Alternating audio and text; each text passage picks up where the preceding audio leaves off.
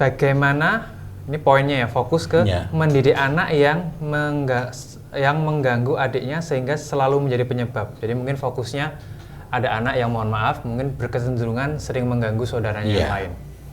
Iya. Pertama, kita sendiri perlu menghindari kata selalu, tidak pernah, pasti, dan lain-lain. Kenapa? Itu membuat kita tidak dapat melihat situasi, tidak dapat melihat kebaikan-kebaikan, tidak dapat melihat kejadian-kejadian waktu-waktu di mana anak tidak melakukan hal tersebut. Yang kedua, kita perlu pilah dulu perilakunya, gitu ya. Saya sering menyampaikan kepada para orang tua maupun orang-orang lain yang sedang bermasalah misalnya, coba dipilah antara perilakunya. Kita tunjukkan dulu perilakunya apa. Kemudian perilaku yang sama itu belum tentu menunjukkan hal yang nggak baik, gitu ya. Contohnya gini, suatu ketika saya pernah itu, jadi waktu itu sekitar tahun 2001 atau 2002 itu, anak saya masih kecil, anak saya sedang satunya lagi masih bayi, susah dengan susah payah membuat anak ini tidur, diletakkan di tempat tidur pelan-pelan. Itu saya sampai pegangan begini agar tidak menimbulkan suara yang cukup signifikan untuk membuat anak itu terbangun.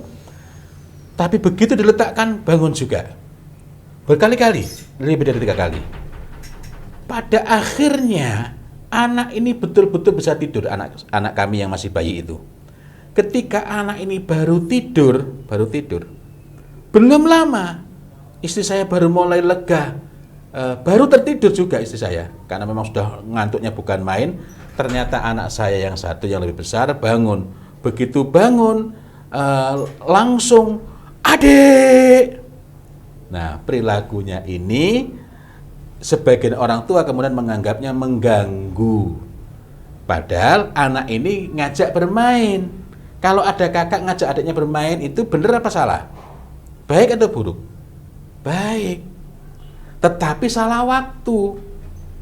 Salah waktu. Apakah dia salah? Enggak, karena memang anak kecil belum paham. Nah, lalu apa yang diperlukan? Menghargai iktikadnya dan meluruskan tindakannya. Walaupun waktu itu ya memang sempat, ya Allah, rasanya pengen marah. Tapi kalau marah ya nanti nggak ada yang selesai. Adiknya tetap bangun, istrinya juga tetap bangun. Padahal sekali lagi iktikad baik diiringi dengan perilaku baik harus dihargai. Maka alhamdulillah, bukan berarti saya setiap hari waktu selalu bisa tenang begitu. Saat itu alhamdulillah Allah karuniakan kemampuan untuk mengendalikan diri pada saat itu, sehingga oh iya nak, ngajak adik main ya, Masya Allah, adikmu pasti senang banget diajak main. Ini bos adiknya baru tidur, nanti kalau udah bangun pasti senang diajak main, gitu ya. Jadi akhirnya ini anak saya handle. Nah, tetapi apabila kita salah menyikapi sehingga akhirnya kita konfrontasi, jangan ganggu gitu toh. Maka anak itu sebagaimana dalam kasus pertengkaran dengan saudaranya, ini saya bermaksud baik kok malah dituduh macam-macam, ya sudah, sehingga akhirnya boleh jadi, saya katakan boleh jadi karena memang tidak selalu demikian, boleh jadi akhirnya anak menyengaja mengganggu saudaranya. Tetapi boleh jadi juga anak itu bukan mengganggu saudaranya.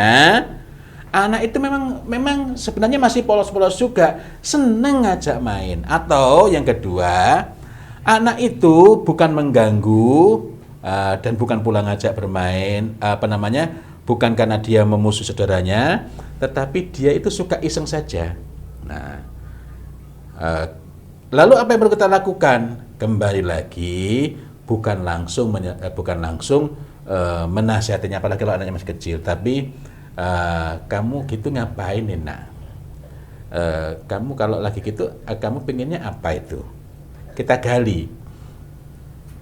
Terus kalau misalnya kalau ternyata itu baik, oh gitu, kita bisa arahkan. Tapi kalau ternyata itu gak baik, ya biar adik nangis. Oh, biar adiknya nangis. Lah kok kalau adik nangis terus kamu ngapain? Apa yang kamu dapatkan kalau adikmu nangis? Nah,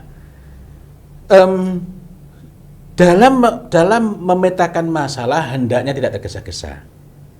Jika kita belum siap untuk menggali lebih jauh, ya jangan dipaksakan untuk terus menanyai lebih jauh.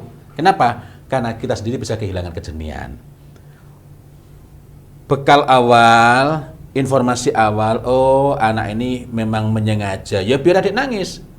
Itu dapat kita jadikan sebagai pelajaran, kita renungi, kita petakan. Nah, untuk kemudian bisa berbagi tugas. Apakah nanti memang menindaklanjutinya sendiri, atau kalau ini ibu-ibu ya yang menindaklanjuti misalnya suami bapaknya ini kemudian ngajak ngobrol-ngobrol ngajak ngobrol anak-anak ini, bincang-bincang santai, terus dengan mengakrabkan diri dulu, sehingga kita bisa tanya, kamu itu kalau lagi sama adik, terus kamu jangan dilabeli dengan ganggu ya, jangan diberi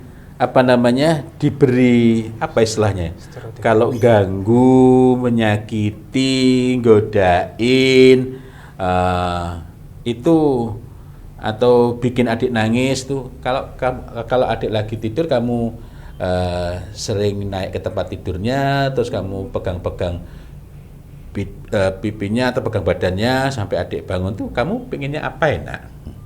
Nah, kita berusaha seobjektif mungkin. Ya biar adik nangis. Oh, biar adik nangis. Lah kok biar adik nangis kenapa nak? Ya soalnya kan kalau adik nangis terus bunda datang, terus nanti bunda jadi nanyain aku. Oh, rupanya karena ini, gitu ya. Jadi pemetaan, pertama kita perlu menggali, menanyai. Kedua, jika kita tidak sepenuhnya siap, maka apa yang kita dapatkan di awal, data awal tetap bermanfaat, kita jadikan sebagai bahan diskusi dengan suami atau dengan istri. Tapi kalau kita siap, kita dapat menelusuri lebih lanjut. Ketiga, hendaklah ketika kita menyelesaikan masalah tidak tergesa-gesa untuk dapat dituntaskan saat itu.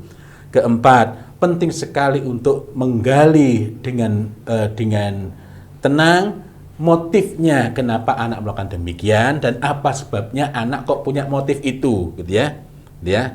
Kelima, dengan demikian boleh jadi yang perlu kita atasi bukan tadi sebagian adik yang disebut selalu mengganggu, tapi boleh jadi yang perlu kita atasi adalah apa sih yang menjadikan anak itu kok melakukan hal-hal yang mengganggu adiknya. Wallahu a'lam bishawab.